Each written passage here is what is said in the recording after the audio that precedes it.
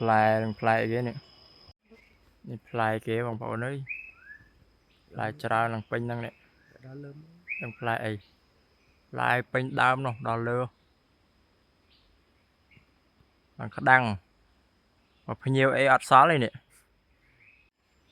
ដឹងជាផ្លែស្អីអាហ្នឹងដើមឈើពោះហ្នឹងនោះវែងត្រង់ភ្លូដល់នេះអីខ្ពស់ទៅហៅ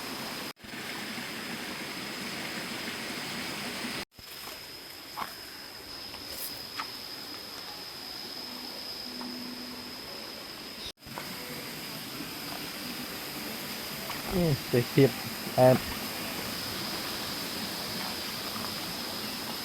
បងប្អូនតែ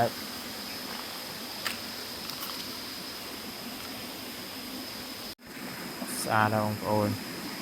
ទេសភាព